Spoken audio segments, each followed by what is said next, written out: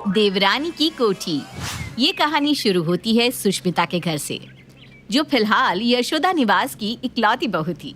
रात के वक्त सुष्मिता अपने पति और अपने 2 बच्चों के साथ अपने कमरे में किसी तरह खींचातानी करके बेड पर एडजस्ट होने की कोशिश कर रही थी। अरे जी, थोड़ा सरकिए ना, मैं इधर से नीचे गिर जाऊंगी।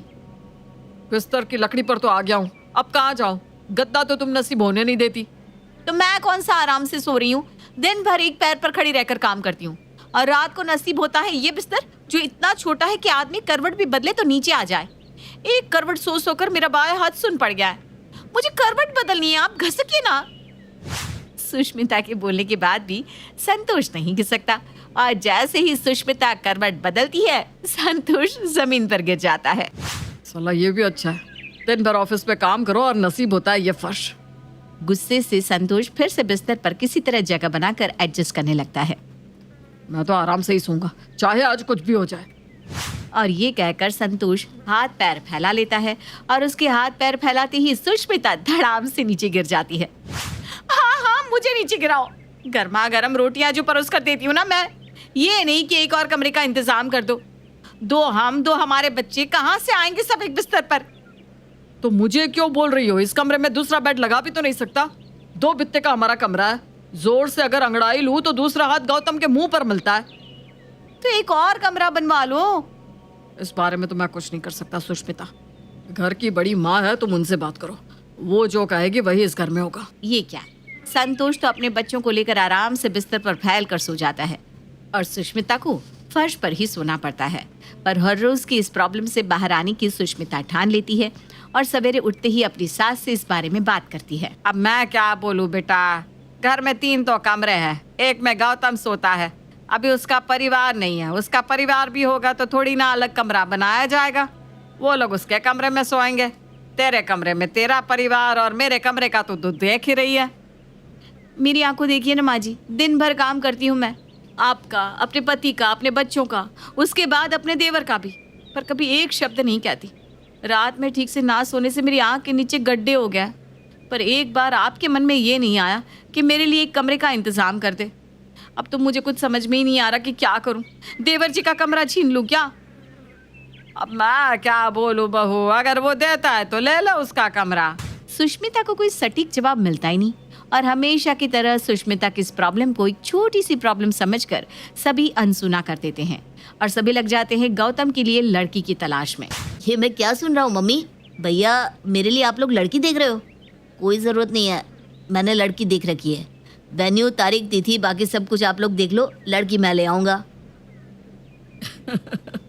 देख लो माँ, ये प्रॉब्लम भी खत्म हो गई। और फौरन ही सभी गौतम की पसंद की हुई लड़की को एक्सेप्ट कर लेते हैं। होने वाले वर और वधू की कुंडली मिला दी जाती है, और कुंडली भी बिल्कुल सटीक मिलती है। तो जो एक कारण था जिससे शादी टल सकती थी, वो भी खत्म हो जाती है, और निकिता और गौतम की शादी हो जाती है। अपने पति का हाथ पकड़े निकिता अपने ससुराल के दरवाजे पर मुंह दिखाए के लिए आ जाती है। मेरा कमरा। घर के दरवाजे पर खड़ी नई दुल्हन के स्वागत के लिए उसकी जेठानी सुष्मिता भाग भाग कर ऐसे सारे काम कर रही थी मानो उसकी बहनी उसकी देवरानी बनकर आई हो। बस बस सुष्मिता, पैर में मोच आ जाएगा। निकिता तेरी देवरानी है, तेरी खुद की बहू नहीं है जो तो उसके लिए इतना भाग भाग कर काम कर रही है। अरे आंटी जी, मेरी देवरानी नहीं, मेरी बहन आई है, मेरी बहन। तो खुश क्यों ना हो मैं। और वैसे भी ये तो कुछ नहीं है, मेरे देवर जी और उनकी प्यारी मिसेस के लिए मैंने कुछ बड़ा सरप्राइज सोच कर रखा है। बाप रे, ऐसी जेठानी काश मुझे मिली होती। अरे विमला, इतनी बड़ी बड़ी आंखें करके मेरी दोनों बहुओं को मत देख, उनके प्यार को नजर मत लगा, चल हट पर है। वैसे क्या गिफ्ट देने वाली है अपने देवर देवरानी को बहू तू? बताइए ना भाभी, क्या है गिफ्ट? आप दोनों के लिए 7 days and 8 nights का हनीमून पैकेज। जाइए घूम कर आइए। ये सुनते ही निकिता फौरन अपनी जेठानी को गले लगा लेती है। हाय स्वेर भाभी, मैं आपको सच बता रही हूँ, मैं इतना डरी हुई थी ये जेठानी नाम का कीड़ा न जाने कैसा होगा। मेरे सर पर मेरी जेठानी तांडव करेगी, this that blah blah, but आपने तो हमारे लिए हनीमून प्लान करके रखा है। इससे ज़्यादा कूल जेठानी मुझे मिल ही नहीं सकती थी। ये तो कुछ भी नहीं है देवरानी जी, आगे आगे देखिए, अभी बहुत कुछ है मेरे खजाने में। तू ना अपना बैग आज ही अनपैक मत करना, क्योंकि पूरी रात तो ये रस्में चलती ही रहेंगी और कल सुबह की मैंने तेरी और देवर जी की टिकट कर रखी है। जाओ 7-8 दिन घूम कर आओ, उसके बाद कहाँ फुर्सत मिलेगी घूमने की। यही तो समय है, एंजॉय एंजॉय। अरे वाह सुष्मिता, मुझे तो लगा था बिस्तर से गिर गिर कर तेरे माथे का स्क्रू ढीला हो गया होगा, पर नहीं, तू तो अभी भी वैसी है। और अगली ही सुबह निकिता और गौतम अपने हनीमून पर चले जाते हैं। आपने कहा था ना मम्मी, गौतम देता है तो ले लो, तो मैंने ले लिया। आगे आगे देखिए देवरानी जी, होता है क्या। आपके वापस आने के बाद आपका ससुराल तो वही रहेगा, पर कमरा वो नहीं रहेगा। या ये कहे कि कमरा ही नहीं रहेगा। सुष्मिता अपने कमरे में जाती है और अपना कपबोर्ड खोलती है। कपबोर्ड खोलते ही सारे कपड़े नीचे गिर जाते हैं। अरे मेरे कपड़ों, अब तुम्हें गिरने की कोई ज़रूरत नहीं है, क्योंकि अब तुम्हें मिल रहा है एक नया कमरा विद न्यू कपबोर्ड। सुष्मिता अपने कपड़े और अपने कमरे में इधर उधर बिखरे हुए सारे एक्स्ट्रा सामानों को उठाकर अपने देवर के कमरे की अलमारी और ड्रॉर्स में रख देती है और अपने देवर के 2-4 कपड़ों को एक बैग में डालकर बिस्तर के नीचे रख देती है। अब मैं सोऊंगी आराम से। गौतम तो घर पर था नहीं। अब सुष्मिता अपने दोनों बच्चों को लेकर गौतम के ही कमरे में सोना शुरू कर देती है और इसी तरह 7 दिन बीत जाते हैं। और जिस रात गौतम और उसकी पत्नी घर लौटने वाले होते हैं, सुष्मिता अपने कमरे में सो जाती है और अपने दोनों बच्चों को उनके चाचा चाची के कमरे में ही छोड़ देती है। रात को निकिता और गौतम घर आते हैं। सभी सो रहे हैं, किसी को डिस्टर्ब करके फ़ायदा नहीं है, सुबह सबसे मिल लेंगे। तुम कमरा खोलो, मैं सामान अंदर ले आता हूँ। निकिता जैसे ही अपने कमरे में जाकर लाइट्स ऑन करती है तो वो देखती है कि उसके जेठानी के दोनों बच्चे बिस्तर पर सो रहे हैं। ये दोनों यहाँ सो रहे हैं। अरे बच्चे हैं, क्या करेंगे, अभी भाभी को कुछ कह भी नहीं सकते क्योंकि उन्होंने ही तो हमें हनीमून पर भेजा था। एक दिन एडजस्ट कर लेते हैं ना। अरे पर कैसे करेंगे एडजस्ट? अरे बाहर है ना हॉल, वहीं चलो। और अपने ससुराल के पहले ही दिन निकिता को गौतम के साथ हॉल के सोफे पर एडजस्ट करना पड़ता है। देर रात 3 बजे। गौतम, तुम सो गए क्या? इतने लंबी फ्लाइट के बाद सोफे पर किसे नींद आएगी निकिता? तुमने तो कपड़े भी चेंज कर लिए। मैं तो वॉशरूम में कपड़े भी नहीं बदल सकती, मेरी साड़ी ही भीग जाएगी। बस किसी तरह सुबह हो जाए और मैं अपने कमरे में जाऊं। अगली सुबह निकिता फौरन उठकर अपने कमरे में जाने लगती है। वो जैसे ही अपने कमरे में जाती है तो क्या देखती है, उसके कमरे में चारों तरफ उसकी जेठानी का ही सामान रखा हुआ है। एक तरफ बच्चे ज़मीन पर ड्राइंग कर रहे हैं, दूसरी तरफ सुष्मिता वहीं बैठकर टमाटर काट रही है। भाभी, मैं वो सोच रही थी कि थोड़ा आराम कर लूं। कल रात में और गौतम बाहर सोफे पर ही सोए ना, तो अब पीठ में दर्द आ गया है। अब इस घर में 3 ही तो कमरे हैं निकिता, तुम दोनों का सेपरेट कमरा तो है नहीं, तो सोफे पर ही सोओगे ना। क्या इस घर में गौतम का कोई कमरा नहीं है? नहीं तो किसने कह दिया तुमसे कि इस घर में तुम्हारा कोई कमरा है? जिस दिन तुम शादी करके आई थी उस रात को तो तुम माँ जी के कमरे में सोई थी, भूल गई क्या? फिर अगली सुबह तुम हनीमून पर निकल गई थी। अब मुझे क्या पता कि तुम्हें ऐसे घर में आने में कोई दिक्कत नहीं जिस घर में तुम्हारा कोई कमरा ही ना हो। निकिता और अपनी भाभी की बातचीत सुनकर गौतम कमरे में आकर कहता है, ये क्या मजाक कर रही है भाभी, ये कमरा मेरा है। अरे ऐसे कैसे देवर जी, बस कहने से ये कमरा आपका हो जाएगा? देखिए, इस कमरे में कहीं भी आपका कोई सामान है? हाँ, आपका कोई सामान भी तो यहाँ नहीं है, तो ये कैसे आपका कमरा हो गया? लगता है कुछ ज्यादा ही घूम लिया आपने। गौतम, अब कोई किसी जिंदा आदमी को मरा हुआ कह दे तो उस पर कोई बहस करे भी तो कैसे? हम हॉल में रह लेंगे निकिता, कोई बात नहीं। भाभी, आपको ये कमरा चाहिए ना, रखिए आप ये कमरा। और बेचारी निकिता और गौतम को अब हॉल में ही रहना शुरू करना पड़ता है। वो दोनों हॉल को ही अपना कमरा बना लेते हैं। रात के वक्त एक रस्सी लगाकर निकिता एक पर्दा उस पर टांग कर हॉल को घर के बाकी हिस्से से सेपरेट कर उसे एक कमरे का रूप दे दिया करती। ये सब क्या देखना पड़ रहा है निकिता तुम्हें? कहाँ तुमने इतने बड़े बड़े सपने देखे थे और यहाँ तुम्हें इस तरह। I am so sorry. कोई बात नहीं गौतम, लाइफ सब कुछ सिखा देती है, ये भी सही। उस रात तो निकिता किसी तरह हॉल में सो जाती है। अगली सुबह, मेरा बैग भी अभी तक अनपैक नहीं हुआ है गौतम, मैं इसमें से कपड़े कैसे निकालूं?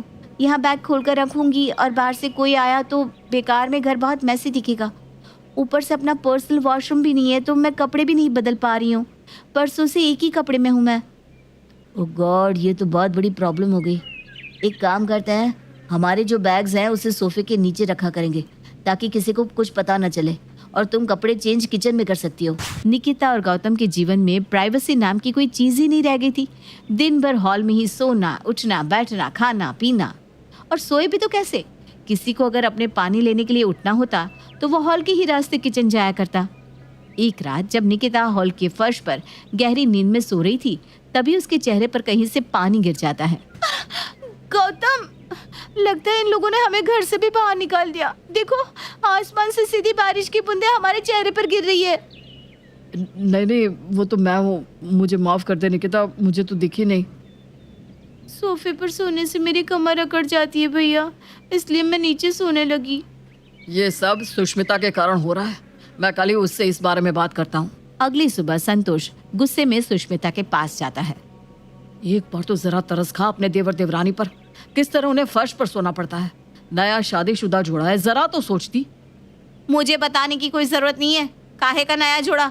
जाकर तो आ गया हनीमून पर, अब क्या? मुझे कुछ नहीं सुनना। मैं जब इस घर में आई, प्रॉब्लम मेरी भी थी। मेरी किसने सुनी? आपने, आपकी माँ ने सुनी? किसी ने भी नहीं ना। तो अब अगर किसी ने भी मुझे कोई भी सलाह देने की कोशिश की तो मैं अपने दोनों बच्चों को लेकर मायके चली जाऊंगी। जब भी कोई सुष्मिता को गौतम का कमरा वापस करने को कहने जाता, सुष्मिता यही कहती। और इसी तरह 15 दिन बीत जाते हैं। और फिर एक रोज निकिता अपनी प्राइवेसी को बरकरार रखने के लिए ऑनलाइन एक टेंट मंगवा लेती है और उसी टेंट को अपने हॉल में लगाकर रहने लगती है। जब भाभी मानने को तैयार ही नहीं है तो मैं भी अपने घर का हिस्सा क्यों छोड़ूं? आज हॉल में रखा है, कल बाहर फेंक देगी।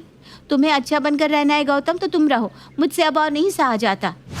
इसी बीच एक दिन निकिता की माँ बिन बताए उसके ससुराल पहुंच जाती है। ये सब क्या है निकिता? तो इस तरह यहाँ रह रही है झोपड़ा बांधकर? अरे बेटा, मैंने तो तुझे महल ढूंढ कर दिया था, पर तुझे ही गौतम से शादी करनी थी। मिल गया झोपड़ा तुझे? आपने तो हमें ठग लिया समधन जी। अब मैं क्या करूँ समधन जी, मैं खुद परेशान हूँ। अब बड़ी बहू तो निकिता का कमरा छोड़ने को राजी नहीं, पर मानना पड़ेगा, बड़े अच्छे संस्कार दिए हैं आपने अपनी बेटी को। ऐसी घड़ी में भी अपने पति की ढाल बनी खड़ी हुई है। निकिता, कुछ ही दिनों में गौतम कोई अच्छा बंदोबस्त कर लेगा। हाँ, आप फिक्र मत करिए समधन जी। आप मेरे छोटे से घर में बैठिए ना मम्मी, मैं अभी आपके लिए चाय नाश्ता लेकर आती हूँ। तेरी हालत देखकर मेरा तो कलेजा फटा जा रहा है। बेटा, क्या चाय नाश्ता करूँ मैं? ऐसे भी बेटी के घर का पानी नहीं पीना चाहिए। इतना क्या सोच रही हो मम्मी? तुम टेंट के अंदर बैठो, मैं अभी तुम्हारे लिए नाश्ता लेकर आती हूँ। पर मैं नीचे नहीं बैठ सकती बेटा, तू जानती है ना मेरे घुटनों में तकलीफ है। अब क्या करूँ, हॉल से तो सोफ़ा भी हटा दिया मैंने। कोई बात नहीं बेटा, ज़रा हाथ देना। समधन जी, आप भी ज़रा हाथ दीजिए, सहारा लेकर नीचे बैठ जाती हूँ। शीतल ऐसा यशोदा पर वजन डालती है कि उसके साथ यशोदा और निकिता भी नीचे बैठ जाते हैं। पूरे दिन शीतला देखती है कि उसकी बेटी किस तरह इतना कुछ मैनेज कर रही है। रात को जमीन पर बिस्तर लगाकर निकिता टेंट के बाहर ही सोने लगती है। टेंट छोटा है मम्मी, आप टेंट के अंदर सो जाओ, मैं और गौतम बाहर सो जाएंगे। हमें तो अब किसी भी तरह रहने की आदत हो गई है। तो इस तरह रहेगी? नहीं नहीं बेटा, फर्श पर सोने में तुझे कितनी तकलीफ होती होगी। तू एक काम कर, तू मेरी कोठी ले ले। ऐसे भी कोई उसका इस्तेमाल नहीं करता, हम रख कर भी क्या करेंगे जब अपनी बेटी ही जमीन पर सो रही हो तो। और इत्तेफाक से शीतल और निकिता की बातें सुष्मिता सुन लेती है। हे भगवान, एक कमरे की लालच में मैंने पूरी की पूरी कोठी गंवा दी। मुझे अभी के अभी ही अपने सारे संबंध ठीक करने होंगे। और फौरन सुष्मिता भागती है और अपनी देवरानी की माँ के पैरों में गिर जाती है। नफरत हो रही होगी ना आंटी जी आपको मुझसे? होनी भी चाहिए। मैंने किया ही ऐसा है अपनी बहन के साथ, पर ये सब मैंने अपने देवर कम बेटे के लिए किया। मुझे लगा कि ये लव मैरिज करके लड़की लाया है, ये लड़की टिके ना टिके तो बस मैं इन दोनों की ना परीक्षा ले रही थी कि क्या निकिता सच में गौतम भैया के लिए बनी है, और क्या गौतम भैया निकिता की तकलीफ देखकर कुछ बड़ा करने की कोशिश करते हैं। पर इन दोनों ने तो साबित कर दिया कि ये दोनों एक दूसरे के लिए बेस्ट है। मुझे माफ़ कर दो निकिता, ज़्यादा ही लंबी चल गई तुम्हारी परीक्षा। जाओ अपने कमरे में जाओ, तुम्हारा कमरा और तुम्हारा ससुराल तुम्हारा इंतज़ार कर रहा है। वही मुझे लगा मेरी माँ जैसी भाभी अचानक सुपर्णा का कैसे बन गई। और एक ही पल में सब ऐसे ठीक हो जाता है मानो जैसे कभी कुछ हुआ ही नहीं था। निकिता और गौतम अपने कमरे में चले जाते हैं और अगली सुबह निकिता की माँ अपने घर निकल जाती है। दोपहर के वक्त मौका पाते ही सुष्मिता निकिता के कमरे में जाती है। अरे निकिता, मैं ये कह रही थी कि पता है हमारी भी ना पहले कई कोठियाँ थी, पर मेरे घर वालों ने बेच दी। मुझे कोठी देखने का बड़ा शौक है। कल मैंने सुना आंटी जी कह रही थी तुम्हारे पास भी कोई कोठी है। अच्छा, वो बात आपने सुन ली? अरे भाभी, वो कोठी तो मतलब हमारे घर की चारपाई है। कई सदियों से मेरे घर पर वही चारपाई रखी हुई है ना। अब तो बेड का ज़माना आ गया है तो चारपाई को इस्तेमाल नहीं करता। मुझे फर्श पर सोता देखकर मम्मी ने मुझे वो कोठी लेने को कहा था, मतलब कि चारपाई। वैसे आपको क्या लगा? उड़ गए तोते रे। हाँ जी, सुष्मिता के उड़ गए तोते। जिस कोठी को वो बड़ी सी हवेली समझ रही थी, वो तो एक पुराने जमाने की चारपाई निकली। न हाथ आई कोठी, न ही लंगोटी।